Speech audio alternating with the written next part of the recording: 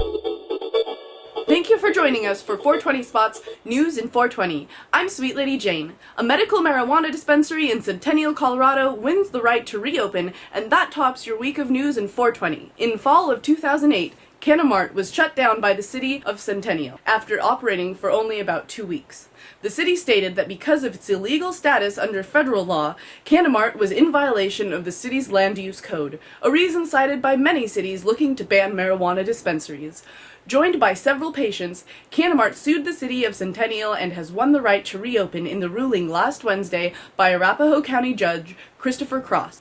The city of Centennial cannot use the potential violation of a federal law to order a business legally operating under our state constitution to cease and desist its business, said Cross.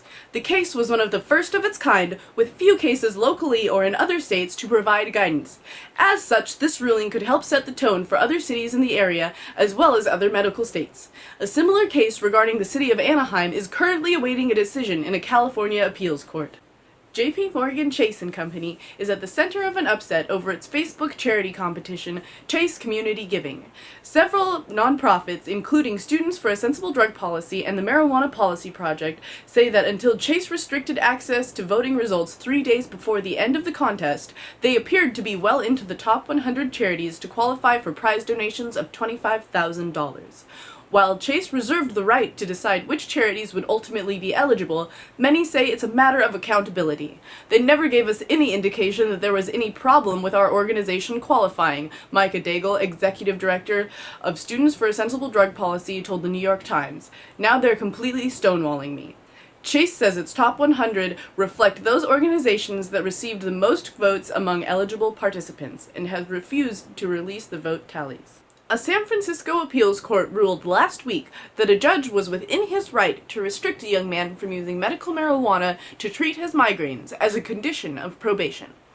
Daryl Morit pled no contest to illegal gun possession in 2008 and faced a sentence of up to 3 years in prison. The sentencing judge agreed to grant Morit probation instead if he agreed to abstain from drugs, including his legally prescribed medical marijuana.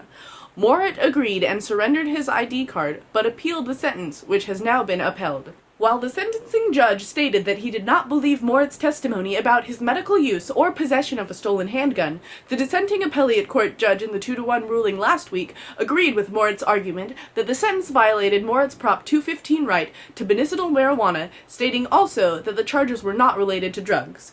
Morit's trial lawyer, Deputy Public Defender Stephanie Grogan, added, Morit should not be forced to choose between his liberty and his medication. Decriminalization is making a buzz in Hawaii County, where in 2008, voters responded to a ballot question making marijuana laws the lowest priority of law enforcement. Councilman Pete Hoffman now seeks a way to find where Big Island citizens stand on the issue of marijuana decriminalization.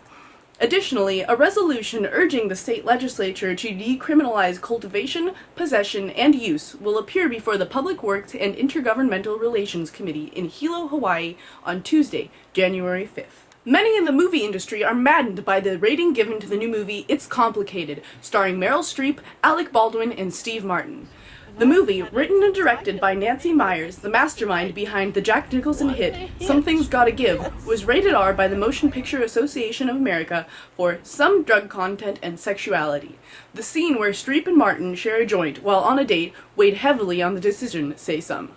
Critics of the MPAA are enraged at the ease in which the organization gives PG-13 ratings to violent movies like Terminator Salvation and the movie 9, where Daniel Day-Lewis smokes cigarettes throughout the film, while films containing consensual adult sex and mild marijuana use repeatedly garner much harsher ratings.